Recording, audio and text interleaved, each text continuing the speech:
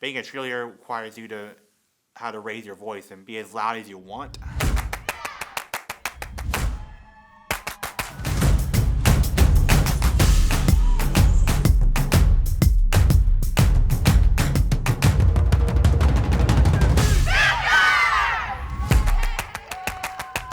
First year is always the most important year. You know, it's good. You got to get everybody's feet wet. Okay, let's go to our jumps for a minute. Okay, go to jump. I always want to be on Dancing with the Stars, so I really want to get some unified teams going in our community because cheer has always been kind of a big thing in Siloam Springs. Well, a unified team is Special Olympic partners and peer partners, and they work together to build the routine and compete.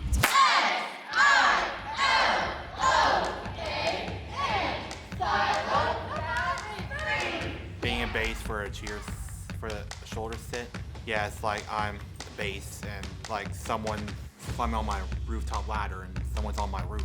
It's really cool though. So there's dance, there's tumbling, there's the cheering aspect, there's the stunting. I feel like our cheerleaders sometimes work the hardest because there are so many components to it and they all have to be synchronized and they all have to work together and put out a flawless routine. Do you like the practices? You like how challenging they can be? You think it could be the lifting or the tumbling? What do you think? Both? Tell them. both.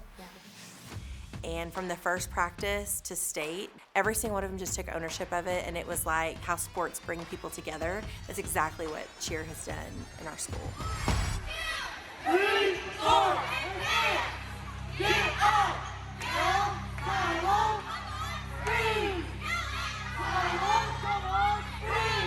You know, the kids were so nervous because they had never competed before like that. I mean, I knew that they were good and I knew that they had a good routine, but I just didn't know what the scoring would be like. But there wasn't anything that we were expecting, getting out in front of everyone and doing our routine and what we practiced. We didn't really know what to expect going in and they rocked it.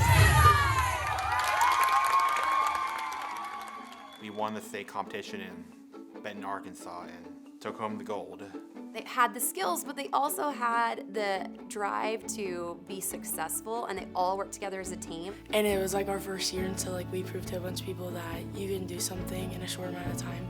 This team, this high school team, had the overall highest score out of the entire competition, and I think that's what shocked us all the most. And watching them win together was incredible. And now it's like, okay, we got to win again. Like we can't stop now. Now we got to defend it. 1, 2, 3, 4, and here we go! It's hard to win if you don't practice, and chance of winning are low. That's why we practice, otherwise you will be at the competition underprepared. What I feel like makes practice the most important is that's where the relationships are built and that's where the trust is built. It's always important to hang out with the peers that I'm working with. And like Hallie, she's always one of my friends I always hang out with. She's one of my friends, and I always love her. Oh, I love you too.